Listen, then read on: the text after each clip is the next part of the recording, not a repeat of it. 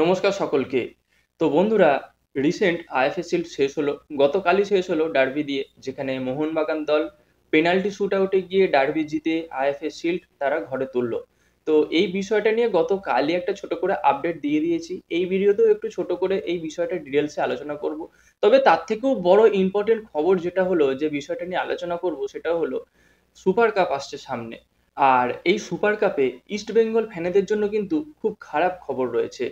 তো যেটা থাম্বনেল দেখে তোমরা অনেকেও বুঝতে পারছো, যেটা হলো ইস্ট বেঙ্গলের খেলা হয়তো সুপার কাপে টেলিকাস্ট করানো হবে না। শুধু ইস্ট বেঙ্গল নয়, আরো 12টা দলের খেলা কিন্তু এইরকম টেলিকাস্ট করা হবে না বলেই শোনা যাচ্ছে। তো কোন কোন সেই দল বা বাকি দলগুলোর খেলা কেনই বা টেলিকাস্ট করা হবে? যদি টেলিকাস্ট না করারই হয়, তাহলে বাকি টিমগুলোর কেন হলো না?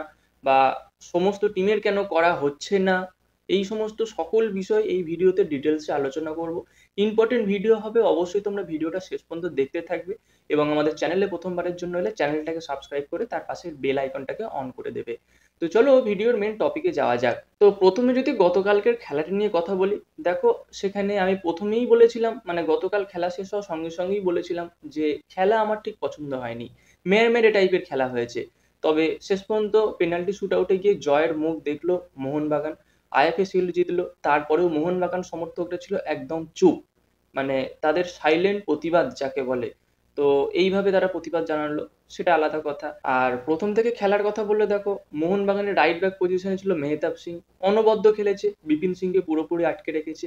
লেফট ব্যাকে ছিল সুভাশিস বোস, সেও কিন্তু এডমন্ড লালেন্ডিকাকে আটকে রেখেছিল। আবার উল্টো দিকে ইস্ট বেঙ্গলের দিক থেকে দেখতে গেলে কিভেন শিবলে, সেও কিন্তু জিমি ম্যাকলারেনকে পুরো চোখে চোখে রেখেছিল, পুরো আটকে রেখেছিল। তবে ইস্ট বেঙ্গলের যে লেফট ব্যাকে প্রথম থেকে শুরু করেছিল লালচুং নোঙ্গা, সে কিন্তু সাহাল আব্দুল সামাদকে আটকাতে ব্যর্থ হয়। বেশ কয়েকবার সাহাল আব্দুল সামাদ বল নিয়ে ঢুকে যায়, তার মধ্যে একটা পেনাল্টি পেয়েছিল মোহনবাগান, যে পেনাল্টিটা জেসন কামিংস মিস করে। মানে কেন বা কিভাবে ওই জায়গা থেকে একটা পেনাল্টি মিস করতে পারে এইরকম একটা ইম্পর্টেন্ট খেলায়, ফাইনাল খেলা, ডার্বি দিয়ে ফাইনাল হচ্ছে, আমার তো ভাই মাথায় ঢুকলো না ব্যাপারটা। তারপরেও সে ফাইনালে গিয়ে পেনাল্টিটা মিস করে। তারপরে আবার সাহাল আব্দুল সামাদ ওরকম বল নিয়ে ডান দিক দিয়ে ঢুকে যায়, মানে যেটা ইস্ট বেঙ্গলের বাঁ দিক। তো সেখান থেকে মাইনাস রাখে, লিস্টন কোলাসোর পায়ে লেগে বলটা আপুইয়ার পায়ে চলে যায় এবং আপুইয়া গোল করে দেয়। এইভাবে মোহনবাগান একটা গোল করে এবং একটাই মিস্টেক হয়েছিল মোহনবাগানের, মেহতাব সিং এর দিক থেকে বিপিন সিং ঢুকে যায় বল নিয়ে, সেটাই মাইনাস করে এবং সেখান থেকে হামিদ গোল করে দেয়। তো এই দুটো সিচুয়েশন ছাড়া আর সেইভাবে পজিটিভ কিছু হয়নি। আরো দু একটা ক্ষেত্রে হামিদ বল মেরেছিল, বার পোস্টে লেগেছে।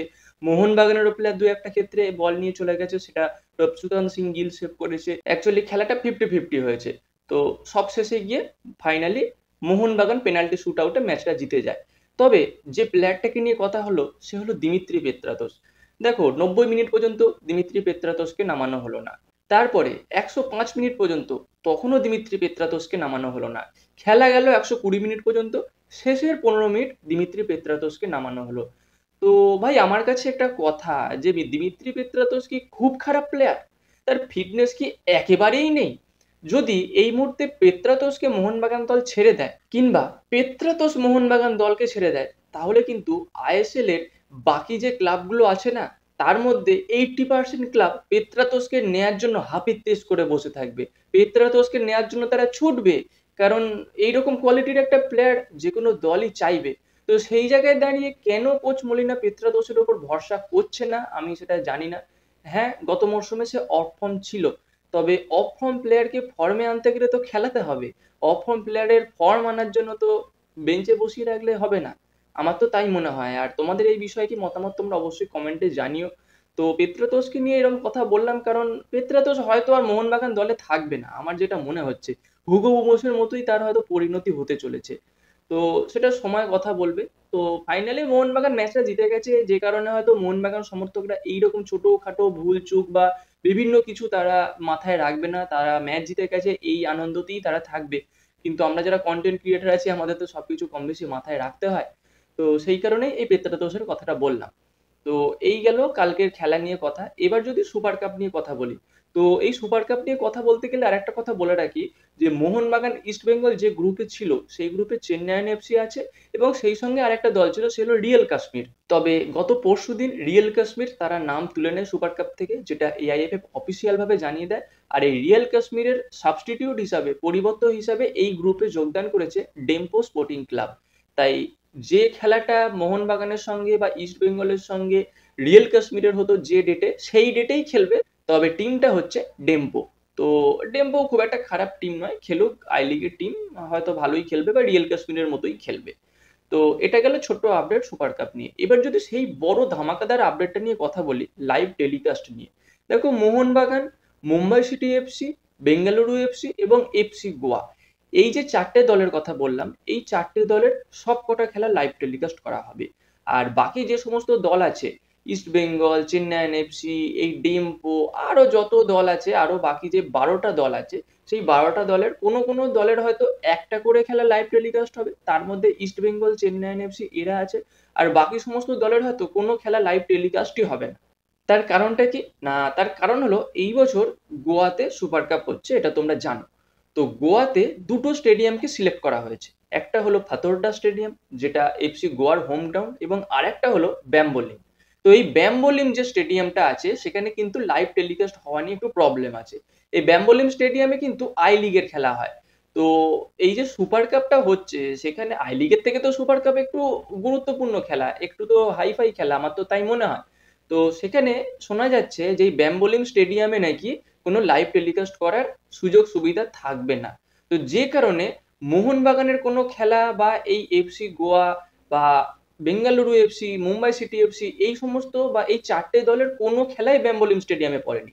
যে কারণে এই চারটে টিমের খেলা সম্পূর্ণ নির্দ্বিধাতেই তোমরা বলতে পারো যে এদের খেলাগুলো লাইভ টেলিকাস্ট হবে এবং তোমরা বাড়িতে বসে খেলা দেখতে পারবে। কিন্তু চেন্নাইন এফসি, ইস্ট বেঙ্গল, এই সমস্ত দলের একটা খেলা হয়তো আছে ফাতোরডা স্টেডিয়ামে এবং বাকি দুটো করে খেলা আছে এই ব্যাম্বোলিম স্টেডিয়ামে। তো এই ব্যাম্বোলিম স্টেডিয়ামে যদি খেলা হয়, তো এদের খেলা লাইভ টেলিকাস্ট হবে না। এই রকমটাই এখন খবর শোনা যাচ্ছে। তবে এই খবরটা এখনো কিন্তু অফিসিয়াল ভাবে এআইএফএফ জানায়নি। অ্যাজ এ রিউমর এই জিনিসটা এখনো ঘোরাফেরা করছে, তবে স্ট্রং রিউমর। বেশ কিছু লিডিং চ্যানেল এই বিষয়টা নিয়ে কিন্তু আপডেট দিয়েছে। সেই কারণেই আমিও তোমাদের সঙ্গে শেয়ার করলাম এই বিষয়টা। তো এবার কথা হলো, সুপার কাপের মতো খেলা যেখান থেকে এএফসি স্লট থাকে, তো হয়তো লাইভ টেলিকাস্ট হবে, কোনোভাবে ব্যবস্থা করলেও করতে পারে এআইএফএফ। তো এখন সেই দিকেই আমাদের তাকিয়ে থাকতে হবে, সময় কথা বলবে। দেখো, আজকে 19 তারিখ হয়ে গেল, খেলার 10 দিন মতো বাকি আছে, তাও বাকি নেই। তো এর মধ্যে যদি একটা সিদ্ধান্ত না আসে, তাহলে তো বিষয়টা মুশকিল। আর যে সমস্ত ফ্যান আছে, বিশেষ করে কলকাতাতে কিন্তু ফুটবল ফ্যান প্রচুর আছে, ইস্ট বেঙ্গল ফ্যান তো আছেই। তো তারা তো সবার সম্ভব নয় যে গোয়াতে গিয়ে ব্যাম্বোলিম স্টেডিয়ামে বসে খেলা দেখবে। সবাই তো বাড়িতে বসেই খেলা দেখার একটা আগ্রহ দেখাবে। তো সেখানে যদি খেলাই কোনো চ্যানেলে টেলিকাস্ট না হয়, তো এটা একটা খারাপ দিক। তবে এখনো পর্যন্ত বাকি যে খেলার কথা বললাম বা বাকি যে দলগুলোর কথা বললাম, তাদের খেলা কোন চ্যানেলে দেখাবে সেটাও কিন্তু এখনো অফিসিয়াল ভাবে কিছু জানায়নি এআইএফএফ। তো হয়তো 2-4 দিনের মধ্যে জানিয়ে দেবে, সেই বিষয়টা আমি তোমাদের সঙ্গে অবশ্যই আপডেট দিয়ে দেবো।